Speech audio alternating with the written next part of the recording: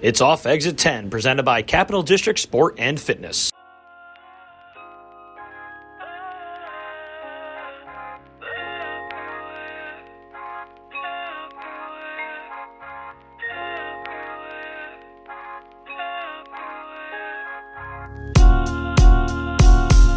Dad, I don't know what you signed me up for. I want to go play baseball, basketball. I'm not built for this. I don't want to do it. And he actually looked at me. I'll never forget it. He was like, dude, trust me. Just give it 2 weeks. Get through camp. If you don't like it, then you don't have to play it. Got through camp. Loved it. So he was right. Yeah. Jay, what got us into football? Did Dad tell us to do it? I don't even know. I was like 7. Yeah, so we were little. Yeah, it wasn't my idea. See, what was the youth football? I know you didn't play it, but did people play Pop Warner, or was there? Yeah, all my friends played Pop Warner growing up, and I actually signed up for the Detroit Patriots when I was 6 years old. But I was playing travel baseball, and I made the 8-year-old team that year. So my parents were like, "Dude, you're playing baseball. You made the team. You can't do both."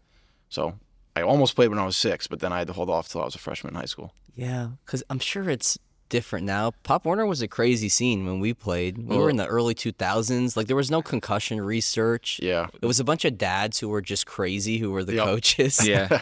And I mean, we didn't, because we were the first people to have Pop Warner for Chatham, like Columbia County, Northern Columbia County. So we didn't have, we only had junior Pee Wee and Pee Wee. There was no Mighty Mites. There was no flag program.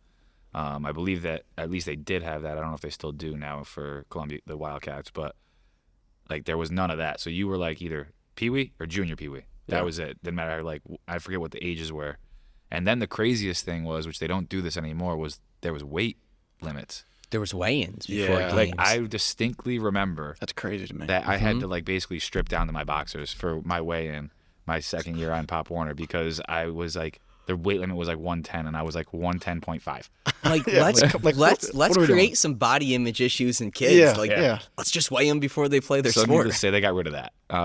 Which, I mean, I guess in a way it makes sense, because obviously the size of a kid hitting somebody else, but that's where you kind of just look at it as a coach. Go, yeah, you're gonna play on the older team and you're not. Right.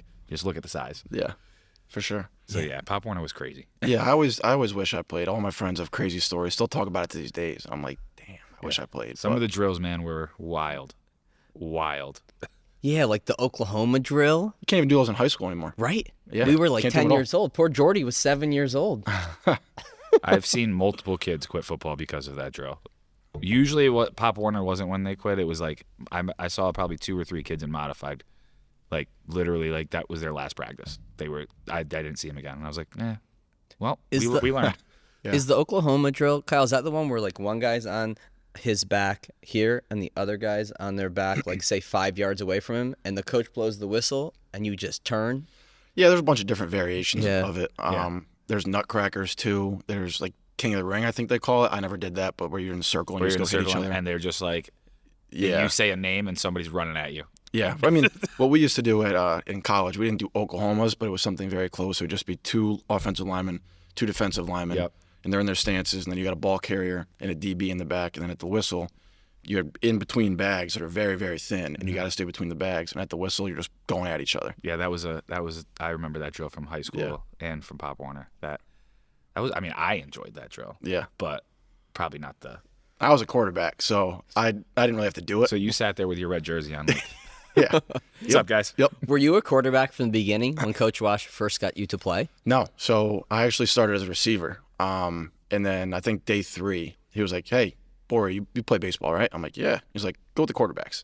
And then I was 3rd string quarterback on JV as a freshman. So that wasn't too much fun. Played a little bit of safety, a little bit of defensive end. Wasn't for me. So, I did it, but it wasn't for me. And then I think our starter got hurt game 2 or 3 towards ACL. And then the next kid, I think, got hurt game 4. And then coach put me in, and out of my 4 first passes, 3 of them were touchdowns. And I'm the first one was a 50-yard touchdown. The next one was 75. Next one was 24. So that's my first 4 passes. So I just fell in love with it from there. I'm like, this is awesome. This is awesome. And they were like, yeah, you're playing quarterback. Yeah, I never looked back. Who'd you watch quarterback-wise? Who'd you like to emulate? Who did you watch in the pros? Growing up, my favorite quarterback was Cam Newton. I became an Auburn fan because of him. I still am to this day. Shout out Cam. Yeah, big Cam Newton guy. Yeah. Did you see the video of him this past week? Dude, Yeah. First of all, who thinks in their Jordy, right did you mind see that this? it's a good idea to fight Cam? You got to be so stupid. Wasn't to he do that. hosting a camp? Or It was was a that 7-on-7. He was hosting a camp for these kids, and he Yeah. got jumped by like 3 or 4 of them, and he throws them around. Who like jumped him? Because I was confused when I was looking at it. So I don't know the whole background, but Yeah. from what I understood off Twitter, it was like his team, which is like C1N Elite or whatever, and then some other 7-on-7 team. The coaching staffs have beef, and then I guess Cam Newton got involved in the beef, and then they saw each other at the camp and just started throwing haymakers. And Cam took them all on like 3-on-1. You gotta you look at find the it, video. Jay? It's crazy. Yeah, I'm pulling it up for myself. Just got to work through the advertisement. Yeah, but it's crazy because he's literally just like standing there, and then all of a dragging sudden, dragging each person away from you him. see 3 guys walk up to him, and then he probably takes like 1 or 2 punches, but then he's literally got one guy in a headlock. Yep. He's dragging the other guy and then punching the other guy, and I'm like, all right, You can definitely tell who played in the NFL if they're watching that video. yeah. I mean, he is 6'5", 250 pounds. Yeah, and that's why I loved him, right? Because he could throw all over you, but at the same time, he's going to run through you. Yeah. And that's why growing up, I loved it. Not playing football was just fun to watch. Yeah. And then I think to answer your question, growing up, Mark Sanchez, I'm a Jets fan. Unfortunately, I don't want to say that too loud. I'm a but- Jets fan too. Oh, so you'll feel my pain. We're in Yeah, it together. I thought about like 10 years ago switching to the Bills, like right after Mark Sanchez, and I Yeah. didn't, and I wish I did. It's like too late now. Yeah, I it's way feel too like. late now. Yeah, I It's can't. way too late now. Listen, we're all in it. I'm a Cowboys fan, so we're all. At least you get there. At least you get to the That's what I playoffs. try to tell people. I'm like, at least I get a chance. Yeah. They People let me get down so- every time, but That's what I'm saying. People get so upset when at least you get there. Yeah. It's like, at least you got a shot. Was Mark? That was the last Jets playoff team. yeah. Yeah, 2010. Yep. I like to remind all our Jets fans in here that want to talk smack to me. Yeah, well, I get it all the time too from my friends. It's not fun. I don't really have any sorry. comebacks. So I'm sorry, I won't do that to you. But QB's unique because, I mean, Paul can probably speak to it better. Listen, if whoever's listening to the podcast, like, "Hey, Mike's talking about sports. I don't watch that. I don't watch sports a ton now. I used to a lot growing up, like probably up through, like the Mark Sanchez years with football. Like followed Peyton Manning until he finished, probably like 2015-ish. That's when I really fell off in terms of watching football. But the position's unique, right? Because it can be played differently based on kind of what your strengths are and your build. Yeah, Paul, in terms of throwing and Yeah. running. Like, there's not a cookie cutter yeah, 100%. for the quarterback position, which I think people used to try to make it that way. Yep. And then as they started to see athletes play quarterback and not statues, they were like, oh, we got to change how the position's played a little bit, or change how our offenses are structured so that it better suits them. And I'm sure you could speak to that, being somebody that, one, has played the position and then also coaches quarterbacks. Yeah, I mean, football itself, especially on the offensive side of the ball, it's always evolving. And more so, I feel like in the last 5-6 years, it's really evolved. You see more running quarterbacks, and like you said, there used to be like a mold where you want a guy to stay in the pocket, launch the ball downfield. Now you need a little bit more escapability and be able to make all these crazy throws on the run, off-platform throws, all that good stuff. So there's really no mold anymore. The mold is just be the right fit for your system, right? So, and I think a lot of times you see these quarterbacks go in the NFL and they get drafted by the wrong teams, and it's so evident because they're not the type of player that their coach wants them to be, if that makes sense. Like if you have, for example, let's say you have a 6'5", 250 quarterback who can throw it 70 yards. You're not going to run triple option and read options and RPO-based offenses. You're going to run an air raid, power-heavy run offense, and vice versa. If you have a small quarterback who can run, you're not going to have him throwing the ball 70 yards on the field. You're going to try to use him to his strengths. So I think football, like I said, it's constantly evolving, and the quarterback position especially, because the quarterback position evolving drives the offenses to evolve, if that makes sense. Yeah. Yeah, I mean, and I watch football like it's religion. Yeah. And it's crazy to see like the difference, and then also talk to kids in here that have only seen football for the last 10 years or so, or 8 years or 5 years, however, because they're so young. Like I was talking to somebody in here about like Michael Vick to Lamar Jackson. Michael Vick was crazy in And his I'm time. like, without Michael Vick, there is no Lamar Jackson, because people didn't want to give quarterbacks like that a chance in 2001. Right. Because he was just an athlete that could throw the ball 100 yards, basically. Yep. And I was like, if Michael Vick played now, he would be unstoppable. especially with the way the rules are too. Yeah, to protect the quarterback is like he'd be unstoppable. It was unbelievable watching him, and he is a better thrower as far as like being able to actually throw the football. Now Lamar maybe more accurate, but Vic had a cannon. Oh, absolutely. Absolutely. It was so much fun to watch. And I grew up watching his highlights. Yeah. I don't really remember like watching his games, but I remember going on YouTube, Mike Vick highlights, and playing the Madden with him on the cover. He's a cheat code on Madden. Oh, absolutely. Madden 07? 05? No, 04? Was it 04? I think it's 04. Yeah, Madden it? 04. Yeah, the Red 04? Falcons jersey. Yep. Yep. Mm-hmm. Dude, I was like a low-key, like, I've always been a diehard Cowboys fan, but I was a low-key Falcons fan for a long time. Okay, this is good. Next week we have an esports guy or an e-gamer, a guy who has played video games professionally, and he also studies like motor learning and skill acquisition. Does playing Madden, you think, really help you be a better football player in terms of like reading defenses and your thought process? Yeah, I think it can. I think it can also hurt. So there's benefits and there's negatives. So the benefits, obviously, like you can read the defense pre-snap. Hey, if I got too high, it's probably this coverage. And it'll show you after you run the play, you were right, it was actually this coverage. It was wrong, you were wrong, it was this coverage. The negatives of it, though, like if you see a too high, right, and you think it's cover 2 and you throw a whole shot and it gets picked, a lot of times you're going to think, oh, maybe I shouldn't have thrown that. It was a wrong read. But in reality, it's a game, right? So the mechanics of the game might not have let you complete that pass, but in reality, it's the right read. So there's positives and there's negatives. I think definitely helps, especially if you're learning from the beginning, right? So if I'm taking like a younger quarterback of mine and I'm showing them this is what to look for, this is the coverage that they're in, this is how you identify it, Madden absolutely can help because it's a way to kind of test yourself. But you just got to be a little careful to kind of pick and choose. Like if I throw this ball and it gets picked, it was a wrong read. It's not always the case because at the end of the day, it's a game. You know what I mean? Yeah. Yeah, I mean, I think I said it on either the last podcast or one of them. Like, playing Madden as much as I did growing up definitely taught me more about the game, how to, like, where people were supposed to be, like offensive lineman, running back, wide receiver, all that kind of stuff, and understand, like, okay, this is what a run play is supposed to look like, this is what a pass play, and that kind of stuff. And it also, for me, I was just telling a kid in here who plays football, from the time I started in Pop Warner until I graduated high school, I played every position in football except for center and quarterback. So, like, I've had to play every role and know where everybody's supposed to be. So then at times, like, when I was playing, like, running back in high school, on offense, if our lineman didn't necessarily know what to do, I would know what to do because, or if to help my quarterback out because I played that. And I was like, oh, yeah, you got to do this. Yeah. Pull your ass around and block for me. Let's go. And I think it definitely, the way it's evolved too, like Madden's always evolving, and I play Madden all the time. And now they have RPOs in it, and so people who don't play football don't know what RPOs are. That now you're getting introduced. What's an RPO? Run pass option. So now it's like it shows you which defender you're supposed to read. Am I reading the D end? And it's a way to kind of get introduced to the new football, right? Because new football is all RPO based and all these gimmicks, and you can kind of see it in the new Madden, which is kind of cool. Basically, it allows you to give you the option during a play to either you can hand it off and you're usually reading the defensive end, and you're reading that, and you're either going to hand it off if the defensive end is not there to cover the run, or you're going to pull it, and then you can either run yourself as the quarterback, or there's usually a pass play off of it.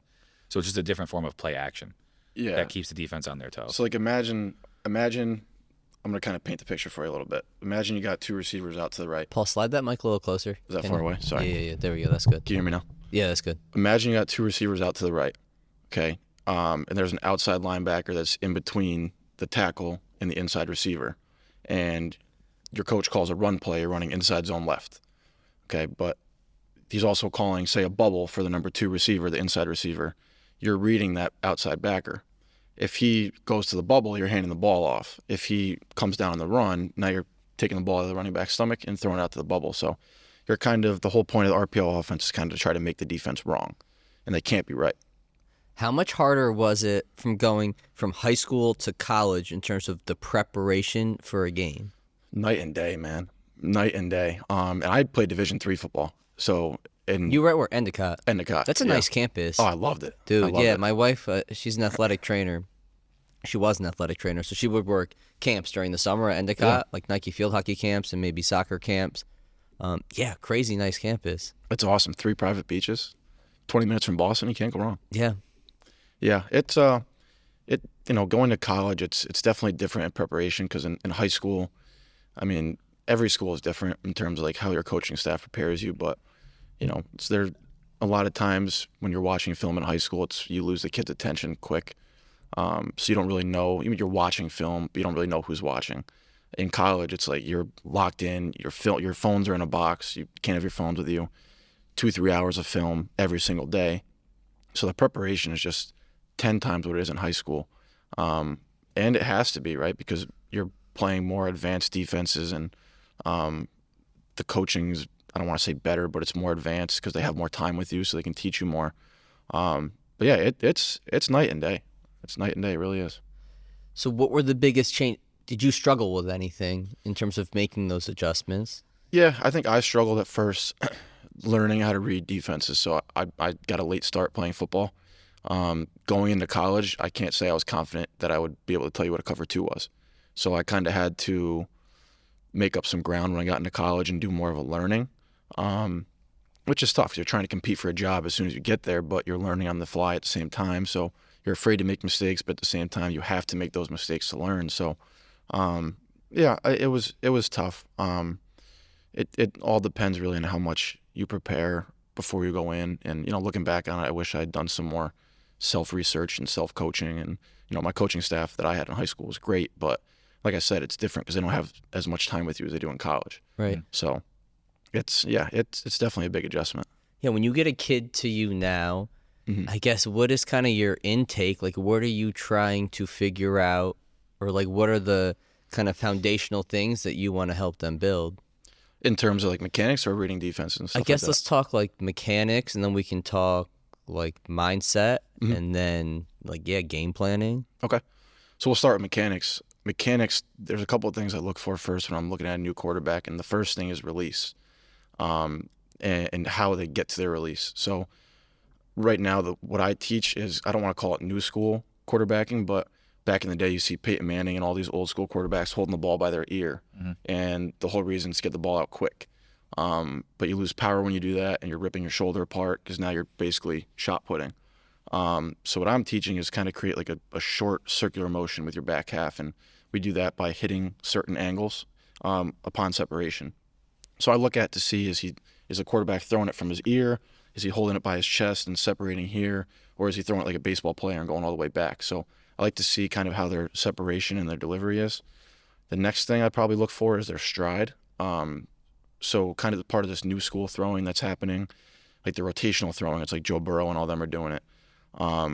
It's a short stride, as to where growing up, and I heard it from plenty of coaches, the thought was push off your back foot. You guys ever heard that before? Like a coach say that? And to me, when I would hear that, I'm lunging, right? Kind of like a pitcher. Like I'm lunging forward and trying to push off the ground. When in reality, that couldn't be farther from the truth. And what I'm trying to teach these kids to do is dial it back, take a short stride and allow yourself to rotate. Because when you lunge, now all your weight is out front, but the ball's still back here. So when you stay back and you rotate, now you're allowing your body and your core, that's where you get your strength from, to rotate through at the same time the ball's coming through, and it's going to shoot out like a rubber band. So I always look at the stride, and then I think the last thing I look at is just footwork. I think footwork is such a lost art for quarterbacks today. All these big-time trainers that even I follow, and I have kids sending me videos of other trainers I see on TikTok and Instagram and stuff. Yep. They're sending me videos and everything. And they're all great coaches, but I like to really focus on footwork, because footwork is eventually what gets you in timing with the receivers. It gets you in rhythm, and you really can't throw an accurate, consistent ball without footwork. Everyone wants to look at the throw and the arm angles, and the example I make is Zach Wilson, and I'm a Jets fan, so it really hurts. But then obviously I'm not an NFL quarterback coach, but I don't like his mechanics. If you watch his back foot, when he throws, it goes like behind his front leg, and it's just, he tries to like counter rotate, which I've seen a couple of coaches teach. So I think between that and then his footwork, I didn't like his footwork. He looks like he's out of timing. So I'm just a big believer in footwork, and I got it from my quarterback trainer when I was in high school, Frank Kettelier. Great coach, taught me all the footwork I know, and just gets you in rhythm. And I feel like it's kind of a lost art in quarterbacking these days. Yeah, I think it's probably, there's a lot of similarities to baseball probably, right? I know it's probably your arm path and your arm angle is a little bit different, but I think in terms of, using the ground, having your lower half rotate, your pelvis to be able to rotate, create separation, create this like elastic effect, 100%. right? From like your hips through your trunk up to your upper body. Mm-hmm. Yeah, and I always tell my quarterbacks, we don't want to throw like a pitcher, we want to throw like a hitter. Because when you hit, you rotate and you swivel, and all that power comes from your rotation through your core and your hips, and that's how we want to throw as a quarterback, unlike a pitcher where you're lunging forward and all your weight's going forward. So it's a great comparison. That's a good, especially if you get, because baseball is very popular, obviously, and I'm sure a lot of your quarterbacks are baseball players. Oh, yeah. I feel like that's a great way to get them out of the pitching mechanics as much as far as like the lower half goes, and getting them more into the quarterback mechanics when it comes to the lower half. Is like, hey, it's more like a hitter than it is a pitcher. Obviously, there are things that translate from pitching over to throwing a football too, but 100%. like that lower half is going to be a lot more like hitting. Yeah. It's pitching. Yep. What's the average age of kids that you work with? It's kind of all over the place. I would say my average is probably ninth graders right now. I probably have mostly ninth graders, but I range from sixth grade to college. So I have a couple college kids I train. I break it up by age group. So I do 6th to 8th graders. I do 9th and 10th, and then 11th, 12th in college is one group. Most of the kids are in that 8th to 9th grade group, or 9th and 10th group. But yeah, I used to do like real young kids, 3rd, 2nd, 1st grade. I've kind of found that the more I grow, I relate more to older quarterbacks just because I have the knowledge from playing college younger is football. hard. It's a different feel. You really, like in here, we run everything in a small group. Yeah. And Paul, you were on board at this point, but there was one point in time where we got this like heavy influx of inquiries of probably like 5th grade, 9 to 11-year-olds. Yeah. And then we had some sign up and come in, and quickly I was just like, I like these kids, but this is not it. Like, Right. just It's a different way to teach. Yeah, and it's hard for us. I was like, I can't blend a 9, 10-year-old in a gym with, adults and high school kids. It's senior in high school and just college kids and right. I think that's its own independent group, and you can change how you're teaching things and make things simple and more fun and game like it works. Yeah, but absolutely. That's what I was gonna say. Is like I feel like with that younger group, like yes, you are working on skills, but it's also about like making sure they're having fun, so they still want to do it. Yeah. And for you, it's probably I don't want to speak for you, but like sounds like you want to be able to really focus on the skill side of it while still making it fun for those kids too, but like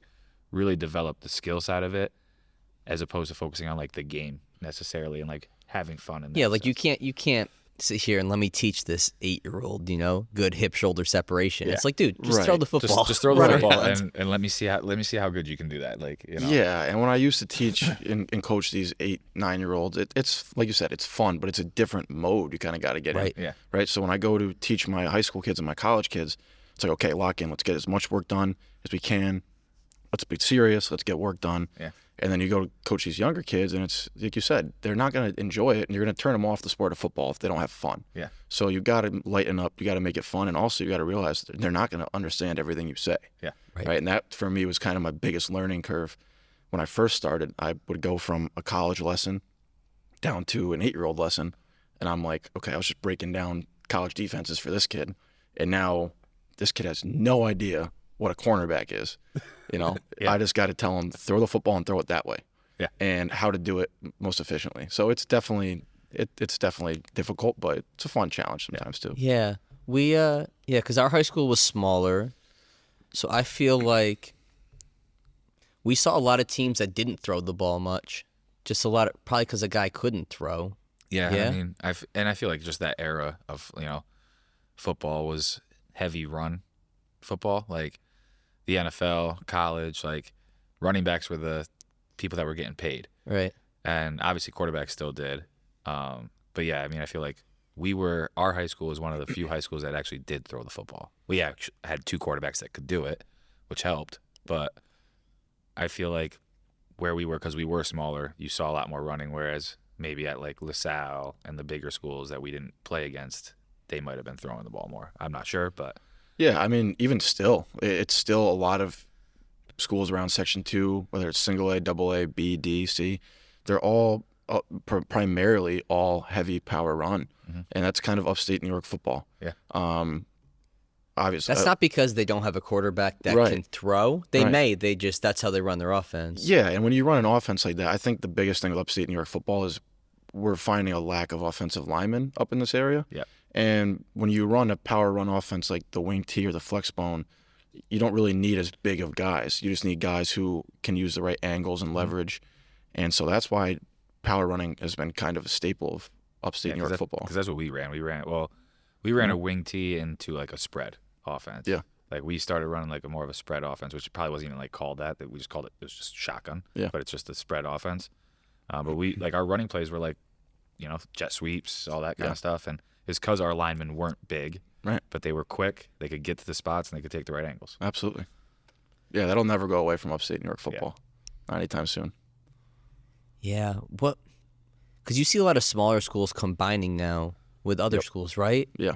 Is that just a purely we need numbers? I think so. Yeah, it's hard to operate a football team when you only have 20, 23, 24 kids, right? Yeah. Because then you can't get a full look in practice. You can't get a full offense versus defense. Now you're kind of just going on air, and it's difficult to do that. So that's why these schools are combining. Yeah.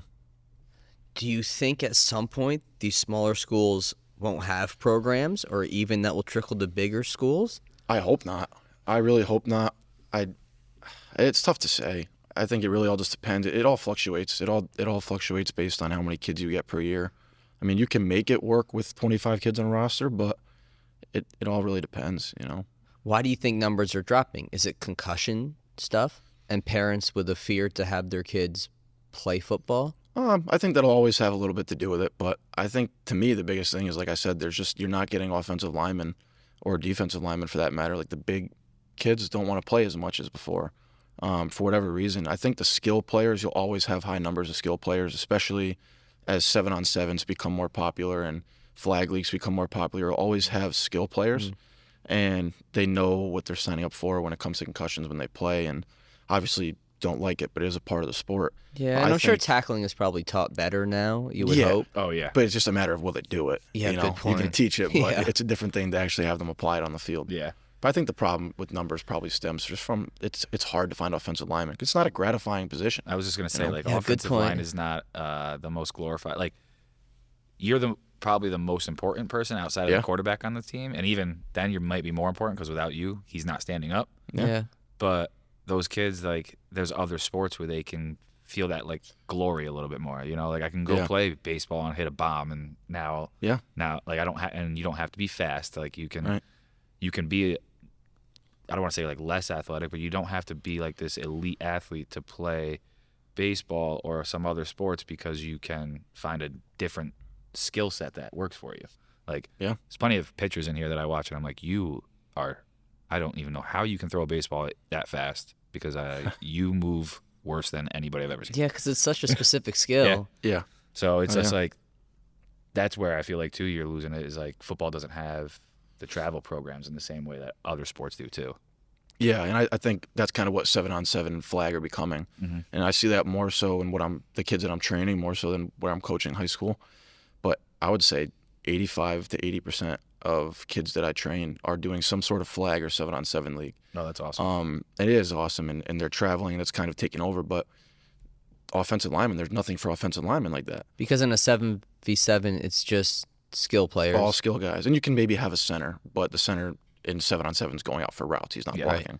He's probably like your tight end in like high school. Yeah. So a lot of times, you see all these highlights on Instagram and all from 7-on-7 and all that kind of stuff. And I know a couple linemen that could be dominant offensive linemen. I'm talking like go pretty far in college, go far with their football careers, but they want to lose weight and become a tight end or a receiver or a fullback. I never thought about this from this angle. My brain just always went to like, well, concussions are really prevalent now, and you see the news, and parents are fearful because of that. But I didn't think about it from the kid standpoint. Yeah. That if you're, like a bigger kid when you're younger, maybe you're shying away from sports. You're self-conscious to go play a sport, or maybe you just don't have the gratification of like I'm gonna sit there and smash myself into another guy for an hour and a half. Right, and you don't even go put on the highlights. you know?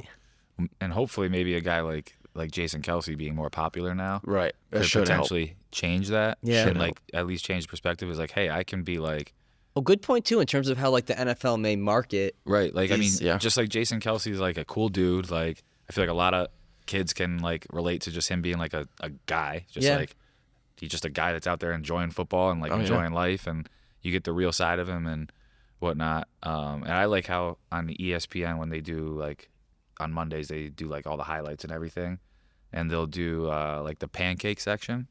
So like one of the guys that used to play offensive line, Jeff Saturday, he'll go through all the highlights. Was he a Colts guy? Colts Yeah. guy. Yeah. Yep. Look at you, see, Mike's got some football Yeah, there you knowledge. go. Yeah, but he probably played prior to 2015. Yeah, He did. Yeah, Yes. he That's played- how I know. Peyton Manning. Yeah. He's Peyton Manning center. Yep. But he has a segment called like pancakes or whatever, and they show all of the offensive linemen that literally just destroy people. And like I feel like that's also a cool way to like, okay, 100%. like that's awesome. let's glorify the offensive line position a little bit. Like, Yes. and he always jokes, he's like, they're the most athletic guys on the field. Yeah, I like that. 'cause They then I kind of think, are. Yeah. Well, and think how much confidence that could build in some younger kids who are a little bit bigger, who are like maybe, don't have the speed to go play soccer or lacrosse, and are afraid to play another sport. It's Yeah. like it's a cool way to get them into it. Right. So, and I think as parents, you just got to use those resources too, or as coaches, use those resources. Like, all right, let me show you, especially with all the YouTube and now, like you could find things of like to show a kid like, hey, this could be you if you really wanted to be like play offensive line or play football. Yeah.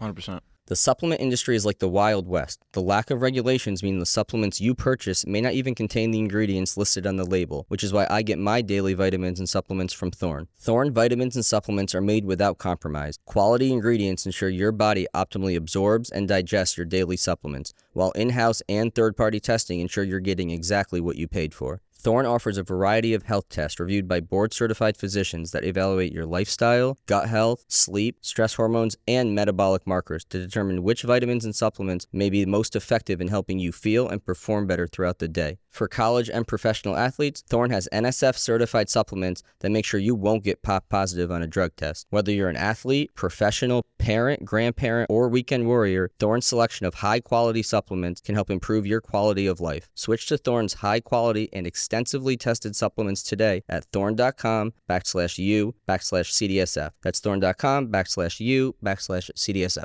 This episode of Off Exit 10 is brought to you by Anchor and the all-new Anchor Pro, crafted to endure the most high-performance workouts without the high cost and space requirements of a standard cable machine. Named the best portable cable machine by Men's Health Home Gym Awards, Anchor provides the full functionality of a cable machine in one small space-saving unit. Designed with user-friendliness in mind, Anchor can simply be attached to any squat rack or placed on any wall in your home gym using its intuitive sliding track mount.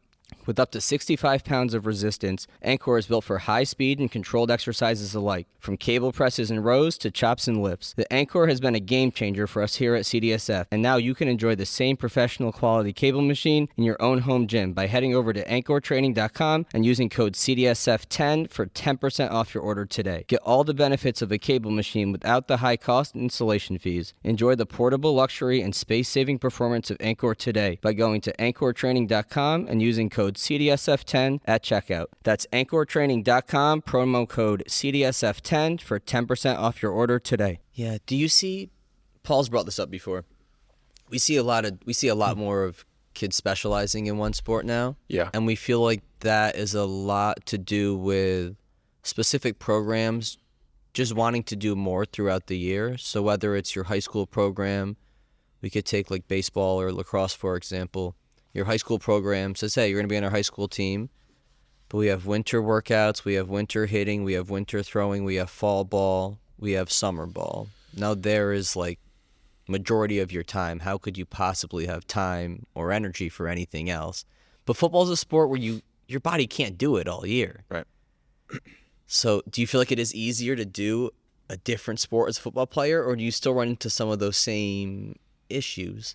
I think it's always so tough because now more than ever, like you said, sport specialization has gotten bigger.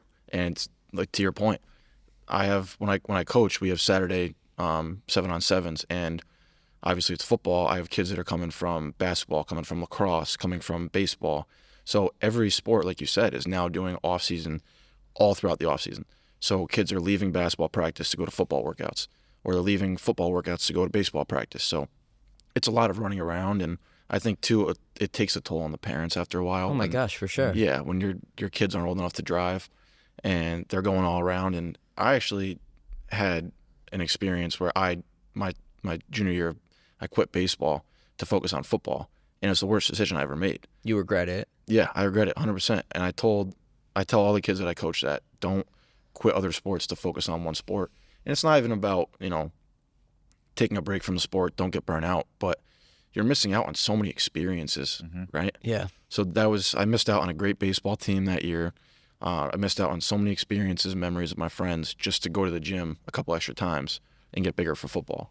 And you can do a little bit of both to some You extent. can. I'd rather have a kid come in here once or twice a week and play 3 sports or 2 Right. sports than do one sport and spend 3 months where they come in here 4 days a week. 4 days a week. Yeah, yeah.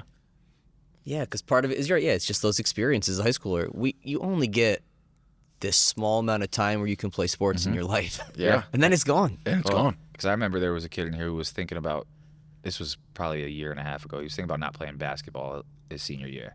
And I just said to him, I was like, just make sure you really don't want to play, because you only get to play high school sports once. Right. You only get that once. And I had the same conversation with my brother, who had never thought about going to college in any way, shape, or form. But then Columbia Green's baseball coach reached out to him. And now all of a sudden it started to spark those little things going in his brain. And he was like thinking about it. He's like, yeah, but I could work here right away out of school and make some good money like that. And I'm like, yes, you could, but you could also work there after you try baseball in college, because you only have this big of a window Absolutely. to play that college sport. Once that's gone, you don't have that window anymore. I'm like, you have this big of a window to be able to work all your life. Yep. Right. So like I think that resonated with him. I haven't checked in to see what he's doing next year yet, but it's definitely one of those things, like, make sure you really don't want to play the sport before you decide not to. Yeah, and I've heard stories from other people that have the same experience, and I wish I had played baseball. I actually did track that spring, and I respectfully resigned after 2 weeks. I don't want to say quit. I respectfully resigned. I would in fact, you made it 2 weeks. Was that did Dad make you do the 2-week rule of track too? No, actually, that was Coach Wash too, because he was a track coach. I'm a big goofy quarterback. I'll teach you how to run. Come do some track. All right, coach. And then we run around the track 8 times, and I'm like, no, I'm out. You're like, So I'm good, coach. This isn't gonna help me. Yeah. So I resigned, but yeah. So I sport specialization. I can't say that word. Sport specialization. Yeah.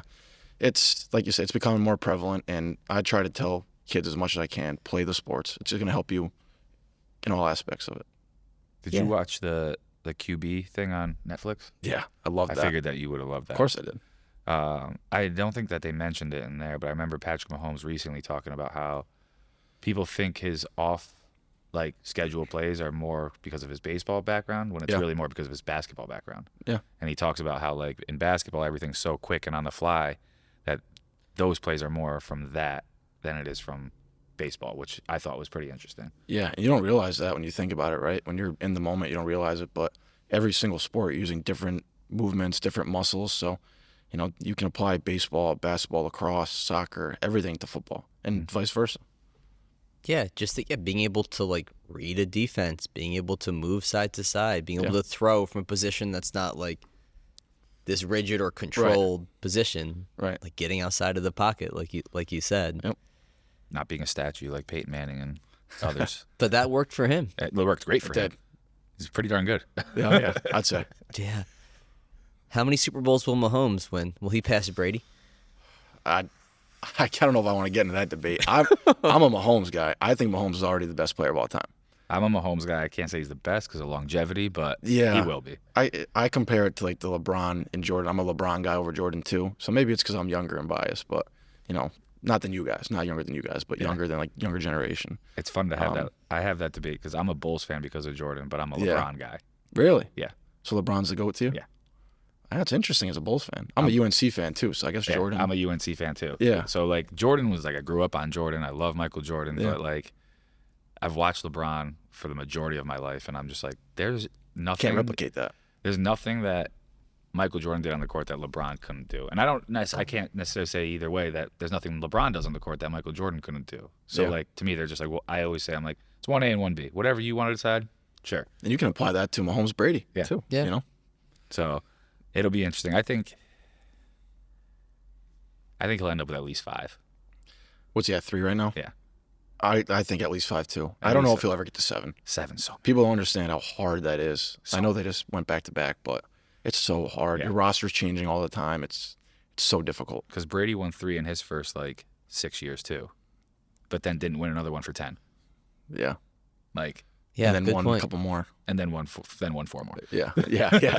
It's like 3 different careers right there. Yeah. So it'll be interesting. Yeah, just stay healthy for that amount of time. Yeah. Oh yeah. Is crazy in a sport like football. So you get to college, and what's obviously the preparation you said is harder, but the physicality, the speed of the game, way different. Yeah. It's you got to remember, everyone in college, everybody on that roster was the best player on their high school team. So I mean, for me, when I went from high school to college, it was like an awakening, right? Like yeah, it's only Division III football, but this is pretty damn good football, and you show up to camp and you see the athletes around you and you're like, you sure these guys are Division III? Shouldn't some of you guys be Division I? And it's just, it's night and day how much faster the game moves. And especially as a quarterback in high school, your reads are so much slower. Your windows are so much bigger, and you get to college, you got to make that read so much quicker, hit it in that window. It's so much tighter. And I'm sure it gets the same way as you go Division II, Division I, and go up. But yeah, it really is night and day in every aspect of it. I think that's something, regardless of the sport, kids don't always take into account when they go into, as a freshman, they were, like you said, one of, if not the best player on their team. Now you're going in as a freshman to a new team that everybody else was that too. Yeah. And there's people there that are seniors, juniors, sophomores that have been there. And you may put this pressure on yourself that you should be playing right away. Yeah, like how many quarterbacks were on the roster when you got to college? So when I went into college, but my senior year when I committed, there were, I think, 4. 3 of them either graduated or didn't come back, and I was one of 4 quarterbacks in my recruiting class. So we had 5, and then my junior year, which was my last year because my senior year got canceled for COVID, we had 6 on the roster, 6 or 7. And that's Division III. Yeah. And obviously, as you work up the ladder, Division II, Division I, those rosters get bigger. And it's tough because quarterback, there's only one that can play at a time. So there's so much turnover. The bottom 3 quitting, transferring, more so Division III than other schools. But you get a lot of quarterbacks on one roster. Did you ever think about did you get a COVID year and just decide not to play? Yeah. So I got a COVID year. COVID was my senior year, and I could have went back and played. I had to make the decision. So I actually was able to graduate early, save myself a little bit of money, come home a little early. So I had to make that decision, and that's kind of the first grown-up decision I ever made. Go play football where once you finish this year, you're done with it. Or save yourself money, go get a job, kind of get a head start, graduate a semester early, and that's ultimately the route I decided to go. And then doing that allowed me to come back to LaSalle and coach. So ultimately it was a good decision, but it's so tough when you have another year to just give it up because you graduate and you're done, and it's like, what's my purpose now? What am I supposed to do?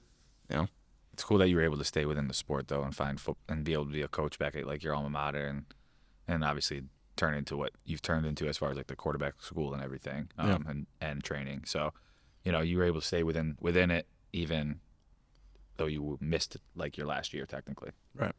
Yeah, it was a kind of filling a void, when I went back to coach, and then obviously starting the quarterback training keeps me in the sport. It's awesome. How was the recruiting process for you in high school? It was tough. My recruiting was a little different. I got a late start because I didn't decide to play college football until probably after my junior season, and I was a backup actually as a junior in high school. What's the prime window for recruiting for football? The prime window, you want to start sending your film out after your sophomore year. Get on coaches' radars, and then the year that really counts is junior offseason going into senior offseason. Going to camps, going to the right camps, getting in front of the right coaches, getting your name out there, and then following it up with a strong senior year. And then being able to send that film out to the coaches that are already interested in you. That's kind of the key when it comes to recruiting.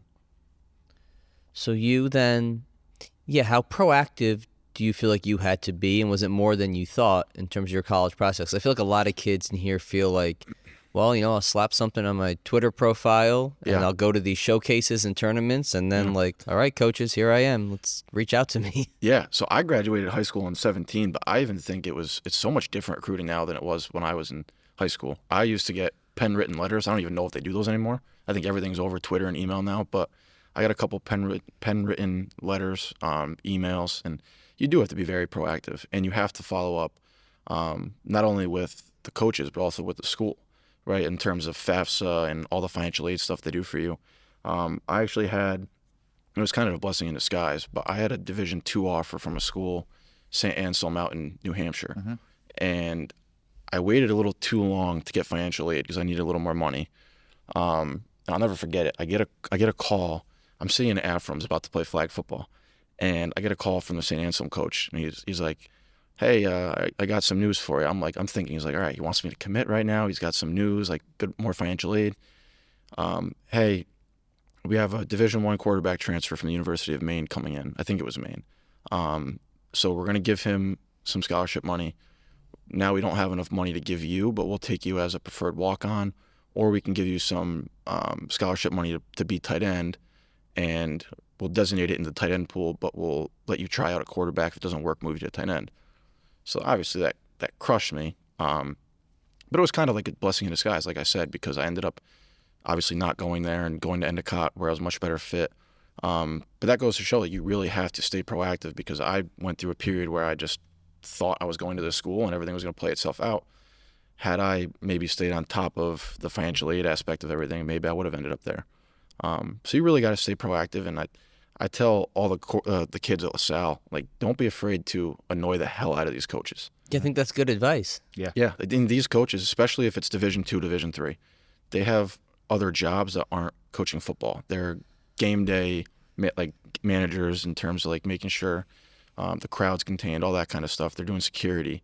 They're working 70-hour weeks, and it's not just all football. Yeah. So they're going to forget to get around your emails. They got so many people DMing them on Twitter. You got to know how to like politely pester somebody. Yeah. Absolutely. Which, and that's going to translate into the real world. I'm thinking even us here, when we needed to expand our space, there were no units open, but I knew like we need more space. Our business is in trouble within like 6 months. Yeah. I was just the biggest like polite pest to our landlord for months. Have to be. And they turned it around from it was like a hard no, and all of a sudden at the end, the guy's negotiating for me to help me get the space. Right. Yeah. But what's funny though is when other people do have the same qualities and they do it to me, I'm like, motherfucker, this guy's annoying the shit out of me.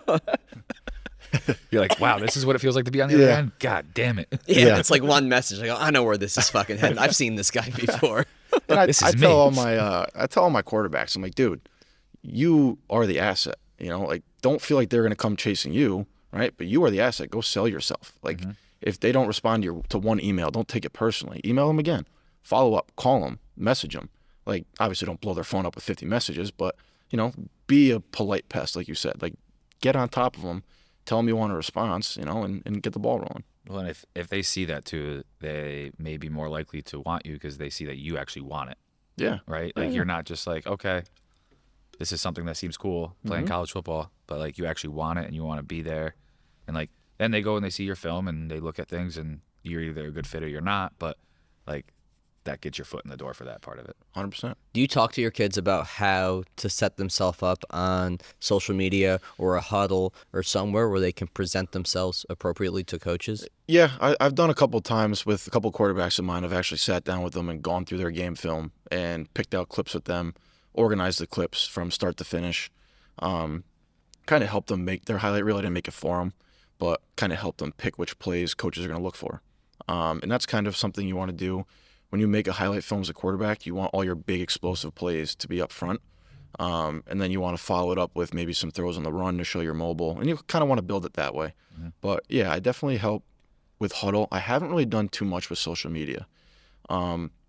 Luckily enough, every quarterback that I have trained and been lucky enough to train has a very good social media presence. So if I ever saw one of my quarterbacks post something, I'm like, hey, that wouldn't look good for coaches, I probably would say something like, hey, maybe you want to second think that. Maybe it's not my place, but if you're going to trust me to train you, Yeah, I think it's think your it is. place. Yeah, You know, if you're a right? mentor to this person, yeah, it's like if you're going to trust me to train you, I'm going to try to help you in all aspects, not just Right. the hour that I get with you every week. You know, so yeah, absolutely. I don't really do a lot with social media, but I do definitely monitor from afar if I see something, and I would say something, but I've never had to do anything like social media was the thing. Like when you were in high school, you had Instagram and you had Twitter and all that. Yep.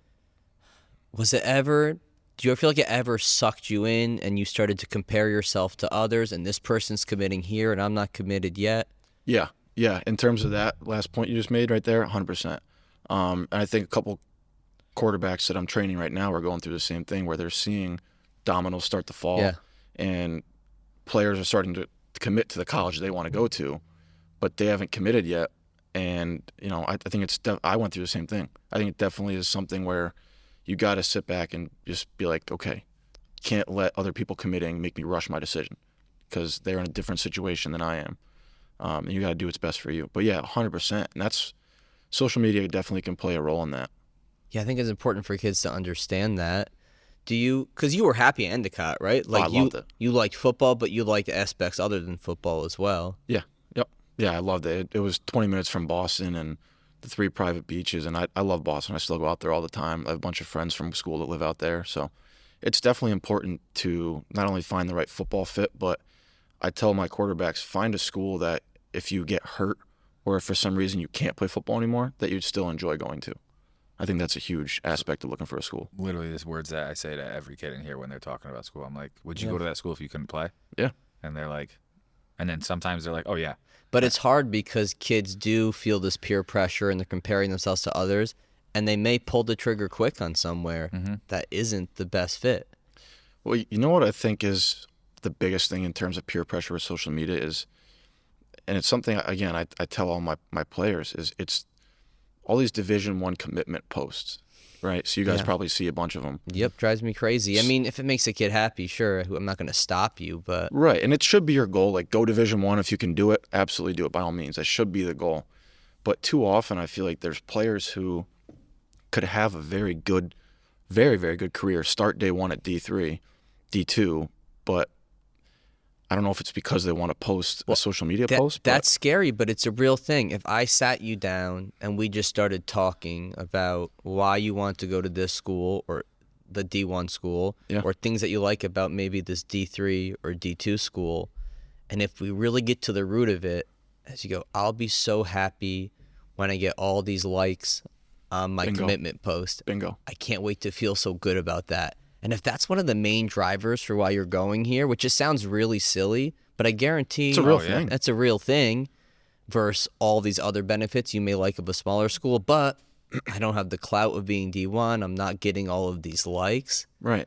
And I always say I'd rather go Division II, Division III, have a good time, have a 4-year career where maybe I play, maybe, if you go to a Division III school and you break records and you're a 4-year starter, not even break records, say you're a 4-year starter and you have meaningful playing time, maybe you win a conference award, maybe you win a conference ring, but you go to Division I and you're a preferred walk-on, you transfer home after a year or two, you don't play for 4 years that you're there, no one's going to remember that social media post from your senior year of high school. Everyone's going to remember that 4-year career you had at the Division III school when you broke records, made the conference awards and stuff like that. So that's the comparison I always make, Yeah, I That wouldn't probably want. sounds silly, but No, I wouldn't want to grow up in this time because we're talking about it, but put me as like 16, 17-year-old Mike. Yeah, the amount of pressure I put on myself, it's like for sure I'd be comparing myself to others. you're so impressionable at that age. You really are. Yeah. It's such a tough thing because, like, at least when we were growing up, I could only compare myself to, like, the guy I was going against. Yeah. Like, Yeah. I couldn't even, like, I didn't know what Joe in California was doing, but now it's like I can see that at the tip of my fingers every time. And it's like sometimes you think, oh, I need to be doing what that kid's doing, and then in actuality, like, no, you just got to keep doing what you're doing. Like, focus on the main goal, which is the main thing, which is getting better for yourself, not comparing yourself to other people. And it's tough with social media. It's super hard. But as you get older, like you're a little bit younger than us. As you get older, like you get to these points where it's like, dude, I just want to be happy. Right. Like, Yeah. Right. I don't give a fuck what these other people think, man. Exactly. I just want to like wake up and be happy with my day and enjoy what I'm doing. And Yep. and that's it, man. So when you structure a session with a kid, what's kind of the flow? Like, how are you breaking things down? So we always start warming up our arm. So it's kind of progressive head-to-toe warm-up. So we'll start upper body and we'll progress to our core, our hips, and then progress to our footwork.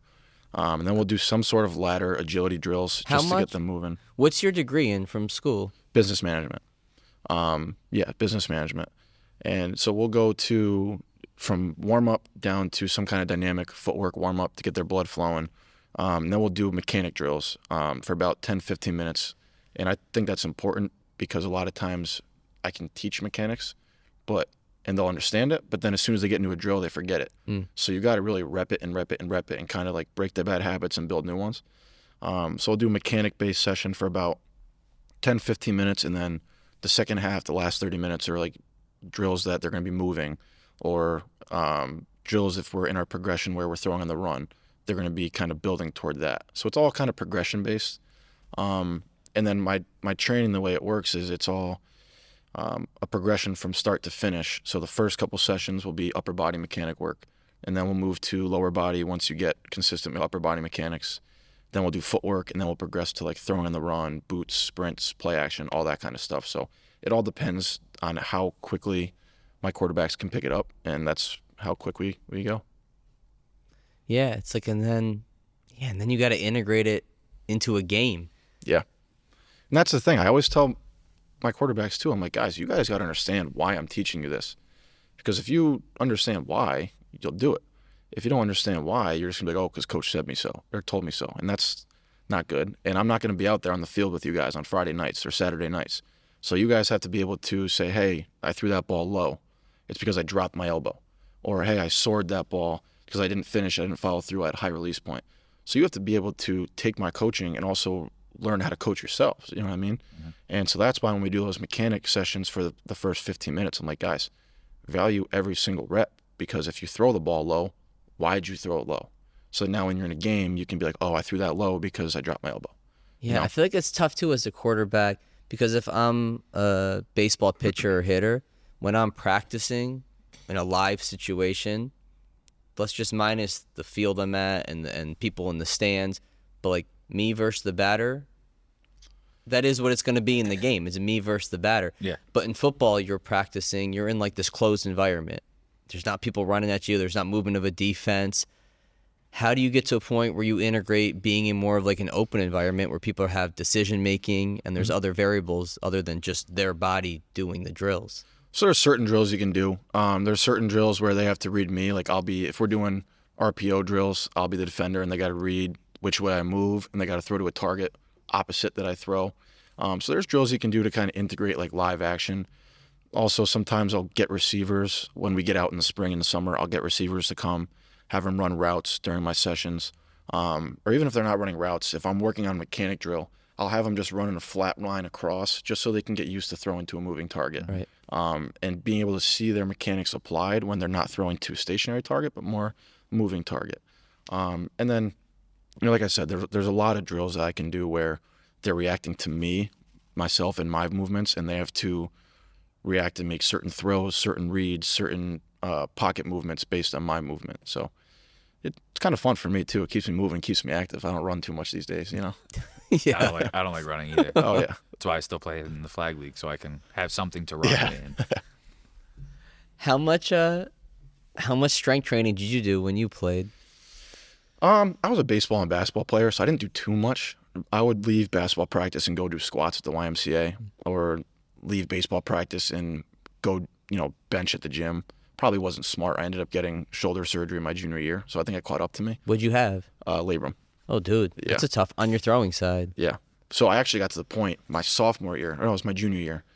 I had to pull myself out of warm-ups one game because when I would throw, I always had like a bigger arm. Do you feel like that was from benching, or it was a combo of benching, throwing, and other things? I think it was just a combination of playing baseball, lifting heavy, and then throwing a football. Yeah. And not icing enough, not taking care of my shoulder, and just going from pitching at a baseball game to then going to a football workout to then going to bench and do shoulder lateral raises, stuff like that, and just not taking care of my shoulder.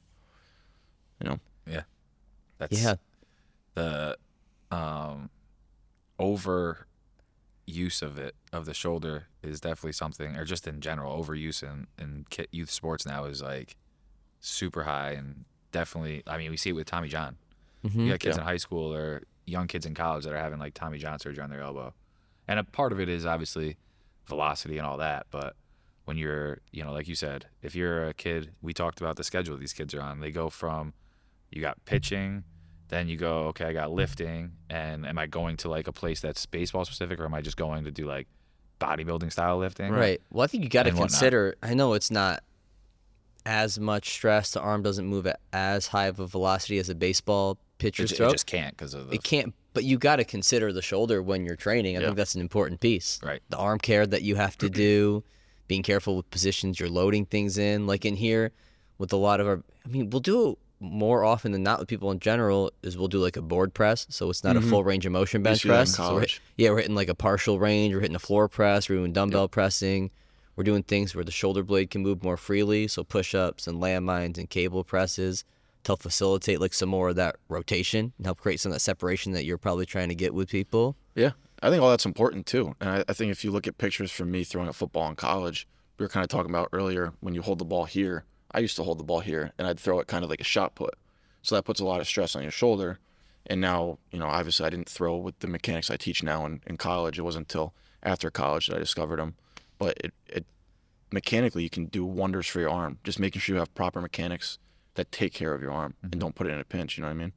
This episode of Off Exit 10 is brought to you by Drink Alchemy. Fatigue and brain fog affect us all, destroying everything we pursue. Whether as an athlete, artist, creator, or entrepreneur, our mind holds the key to performing optimally. By combining the most potent organic nootropics found in nature, Drink Alchemy delivers sustainable boost to creativity, memory, energy, and focus in one epic beverage. Stop pumping your body full of excessive amounts of caffeine and unknown proprietary blends from other energy drinks, and get clean energy from Drink Alchemy's natural nootropics like lion's mane, L-theanine, and caffeine from green tea. Used by Olympians, D1 athletes, MMA fighters, and entrepreneurs, Drink Alchemy has become a huge part of my daily routine, making sure I'm functioning optimally during long days of coaching athletes, running CDSF, and getting in quality workouts myself. So do yourself a favor and ditch the energy drinks loaded with caffeine, other stimulants, and who knows what else, and head over to drinkalchemy.com today. Live with your mind unbound and save 10% off your order by using code CDSF at checkout.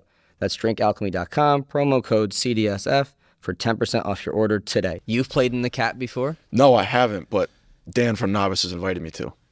Dude, it's a blast. I mean, at least show up for it, because it's a great time. Yeah. Like, even if you're not going to play, like, just show, like, it's a great event to come to. I know it's right. You raise a lot of money for the American Cancer Society, and it's a fun time. I feel like we elevated that tournament, though. I agree. When Nick and Garrett invited us to play and donate some money, they didn't know what they were getting into. Well, I will never forget. Mike was like, "Dude, if we're closing the gym for this, we're winning. So we are gonna recruit." So it was like the first year. The first year we played in it was when it was still in their backyard. Yeah. And it was kind of like still. It wasn't that big. It was still kind of like the Bernardos. And like their sister in Metabolic had a team, and like a group of the older dads had a team. There was a couple kids in here that had that were friends with the Bernardos. That like LaSalle boys that had a team. That had teams. Yeah. And then we show up with like the best high school volleyball players in the area, high school club volleyball coaches, and like I felt bad. Yeah. We were just smashing people. I didn't feel bad at all. You should. That's awesome. But yeah, then we won it a couple of years, and then last year it was huge. Yeah. Yeah. I might have to get a team in this now. Yeah. Oh, it's fun. It's fun. It's a fun time. Like Sounds fun. Because the second year they had it at their headquarters, the second year that we were in it, they had their headquarters, and Yep. there was significantly more teams then. And then last year was just like we had 2 teams in, and it was insane. Like the amount of like they had to change the format because the year before it went way too late.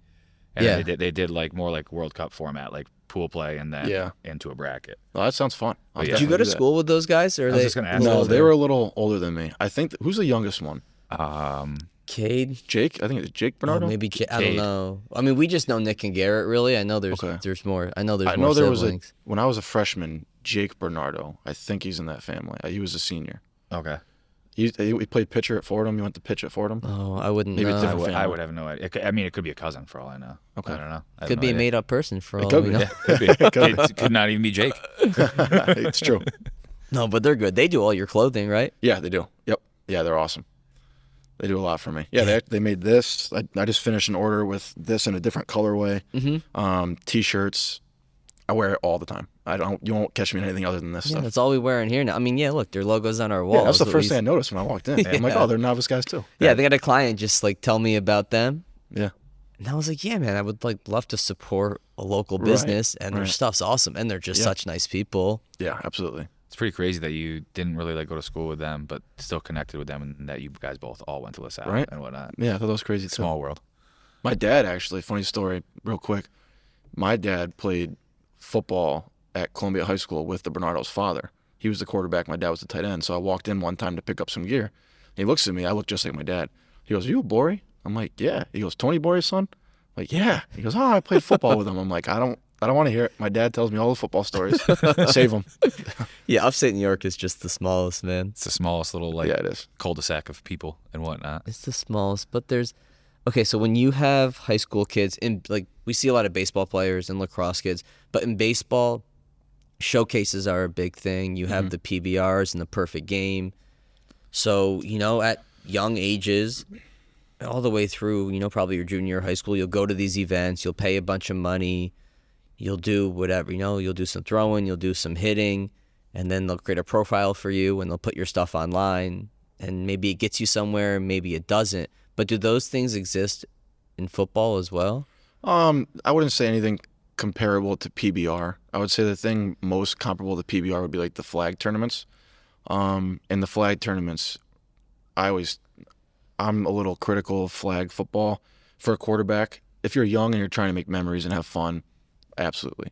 But if you're a high schooler and you're playing flag, you can build some really bad habits because there's no O-line. Two different games. Completely different sports. What do you mean? Like, what's a bad habit you could build? So, like, for example, there's one rusher maybe in flag football. So you're not going to take a full 3-step drop. You're not going to go through reads. You can just kind of run around freely, and you don't have to really you don't have to read defenses. You don't have to evade. You don't have to move in a pocket. So it's just a completely different sport. And I have a lot of quarterbacks who do flag, and it's great. I tell them, like, go have fun, make some memories, whatever. But just be careful as you get older. You're going to build bad habits because you're going to get lazy in your footwork. And like I said to you guys earlier, footwork to me is like very underrated now at the quarterback position. And you're going to get lazy. You're not going to take a drop. You're just going to catch the ball and look. You're not really going to go through reads. And it's just, like you said, it's a completely different game. It's good. It's fun. It's just completely different. And there's good things you can get from it, and there's bad things you can get from it. Yeah, I was going to say, like, a kid that maybe is too rigid with what they do, it might be good for, like, to allow them to be more free-flowing with how they play. Yeah. But you got to make sure, again, they don't develop those bad habits. Because let's be honest, I don't know if I could have played quarterback in contact football, but I could play quarterback in flag. Yeah. I can do that. Quarterback in contact football, different beast, whole different beast. Yeah, so there's nothing comparable to PBR, but I know you and I were just talking about, like, football camps. So in terms of, like, football camps and recruiting camps, I told you I'm pretty passionate about that. I think you got to be very careful when you're looking at football camps and evaluating which camps to go to, because like you guys said, there's a lot of camps where you can go and you're paying a lot of money and you might not get a lot out of it. And for me, I tell everybody, go to camps that have as many coaches as possible. So like one camp I went to is New England Elite Camp. It was a 3-day camp. There were like 1,000 kids, which is intimidating, but there's 150 plus coaches. So you're going to get access to 150 coaches. A lot of the schools have multiple coaches there. Compare it to like a D3 prospect camp, right? Division 3, that's where they get a lot of their money from. That goes toward new uniforms, new facilities, new weight rooms. I don't want to say they're a money maker, but you got to be careful if a coach reaches out to you on like Twitter or email, like, hey, come to our camp, and it's just those coaches there. You're probably not going to get much interest unless you're in their top 3 or 4 guys that they want. So you got to be a little careful. I think a lot of them can be not money makers, but waste of time. Right. Just because, like I said, if you go to a camp and you're not on their top 3 or 5 on their recruiting board, then you just help them buy new uniforms the next year. Right. You know what I mean? But you're thinking if you go somewhere where there's a variety of coaches from all different schools or schools that are comparable to what level you can play at. Here's a chance to just kind of network and have these people see who I am. Absolutely. And coaches are floating around at this New England Elite camp, or there's like satellite camps, and coaches are going to float around, and you're not making them money. So they're there to actively recruit. They're there to get their team better.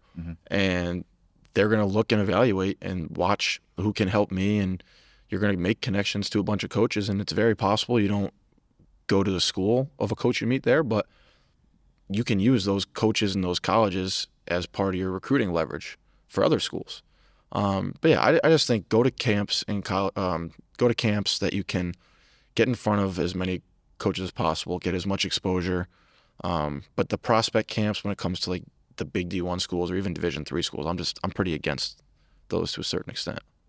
Have you ever felt like you had a kid that was looking into going to like a camp or something like that maybe wasn't mentally ready? They might be physically ready, but not mentally ready to do it, and had to like kind of had that conversation with them? Or Yeah, for sure. I've had a couple talks with a couple quarterbacks where I'm like, dude, you got it physically. Coaches are gonna love what they see, but if you miss one throw and you hang your head, they're gonna see that too. So it's more than just the throws you make, but it's also your demeanor, and that ties into attitude. You got to have the screw it, I'm gonna make the next throw mentality. You missed the first 100 throws.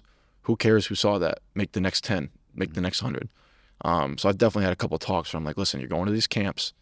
This is what you got to be prepared for. You got to, make sure you keep your head high, stuff like that. So definitely had a couple uncomfortable conversations like that. But in the end, it helps them, because when you do something like that and you hang your head after you throw, you don't notice that. Right. You know what I mean? So yeah, I definitely had a couple of those conversations. And you don't want to end up just getting your name crossed off a list when the goal is to get your name on a list. Exactly. Just because you made one bad throw and you decided to put your head down because you weren't mentally ready or mentally strong enough at that point in your career to handle it. Yeah, I think as quarterback, it's more important at quarterback than any other position. You're in a position of leadership, and everyone's going to look at you. So you can't be doing that kind of stuff. Absolutely. Yeah, that's a good point. How much in college do you feel like, well, I guess, did you get the time you thought you were going to get in college in terms of, hey, I'm going to go in there, I'm going to earn my spot, I'm going to get this number of snaps? Was it what you thought or no? Oh, God, no. No. I was never a starter. I was a backup for 3 years, third string. And it's one of those things where everyone goes into college, you want to play, you want to be the starter. And it's challenging, right? When you go in, Like, and was you're that mentally hard for you? Oh my God, yeah. I mean, like I said, you come in and you're the guy at your high school, and then you go in and it's humbling, because you're like, okay, I got to work for it, but you're third string, you got a couple guys you got to beat, and it's tough because you got to really look at yourself. And there were a couple of times where I thought, maybe I should transfer, maybe football's not for me. The same kind of thoughts that every backup in college has. But ultimately, I stuck with it, and I never got to start. I like to think that had I had a COVID year, I hope I would have started. I'll never know that, but there's still even if you don't get the playing time you expect, it's so much deeper than that. If I had quit and I'd given up or maybe transferred and not played football anymore, I wouldn't be doing this. I wouldn't be coaching. I wouldn't have that passion for football I still have. And there's a hidden meaning behind everything. Being a backup, you're kind of a coach on the sideline. Every game when our starting quarterback would come off, hey, they're in this coverage. When safety does this and they roll down here, you have this open. So you're kind of coaching, and that's kind of where I tell everyone I got my starting in my coaching career. I was just going to ask that. Did you feel like that helped you become a better quarterback coach and football coach? 100%. And it got to the point where I was a junior and I was third string on the depth chart. I would go into meetings and I wouldn't even, when I was looking at film, I wouldn't even try to assess it as a player. I'd assess it as a coach. Like, how can I help Joe, who's a starter? How can I help him from the sideline identify, what covers they're in? How can I help him identify this is the corner you want to pick on? Stuff like that. So, absolutely. It sounds like you had good coaches too there that made you feel like you could still be a part of the team and help the team as a third string or backup quarterback and whatnot. Because that's what it ultimately comes down to, is coaches giving you that opportunity to feel like you can be a part of the team. Yeah. I think that's good for life. That's good for kids to hear. It's like, yeah, you could have been the stud on your high school team, but even more reason to choose a college that you like, not just because of your sport. Yeah. Right. Yeah. Yeah, and I have teammates of mine, 3 or 4 teammates that are going to be in my wedding someday, and I wouldn't have been as close with them if I had quit. You know, and when you quit the football team, I don't want to say it looked at differently, but everything changes. Your whole dynamic of why you're there changes. You know, and that structure changes, goes out the window. Your experience changes. So, yeah, I you know, sticking with it definitely, like you said, valuable life lessons, and translate it to now when I'm in my job and something gets difficult. You know, you learn from those experiences and you keep going with it. You don't just give up. So everything's got a hidden meaning to it. You just got to stick with it. I mean, you could have been like Alex from Blue Mountain State and just, you know, took up all the benefits of being the backup quarterback. Yeah. Yep. Yeah. Did you watch Blue Mountain State? Oh, yeah. Come on. Of course I did. It's great. Did you ever watch Blue Mountain State? You did, right? If you haven't, Maybe? you have to. Thad Castle. Alex Moran. I don't think so. Jay? Nope. It's a movie? No, it's a TV show. It was on like Spike. What's the best football movie? Ooh. Ooh, that's a tough one. I mean, I grew up in a Notre Dame family, so I'm always going to naturally say Rudy. Okay. But that's a tough one. My favorites, Remember the Titans. It's a great one. Also, I'm wearing strong That's side good. by side. And then Friday Night Lights, right? Friday Night Lights is solid. It's a great one. That part of the reason I didn't watch Friday Night Lights, the TV show in high school, that's one of the shows I regret not watching because I feel like I loved it. You would have loved it. I've watched it since then, and I 100% loved it. But there was no Boobie Miles in it. And the whole thing of like the original movie and the original story. He was the running back, right? Yeah, was about Boobie Miles and how he got hurt. He was like the best football player in the country. And then I'm like, wait, the show doesn't have Boobie Miles in it? I don't want to watch this. Yeah. This is stupid. And then I watch it and I'm like, this is awesome. Yep. Yeah. I would have to go with Remember the Titans. That's my favorite football. I don't know if it's necessarily the best. Rudy's up there. I would say Remember the Titans is probably the answer you're going to get more often than Yeah. not.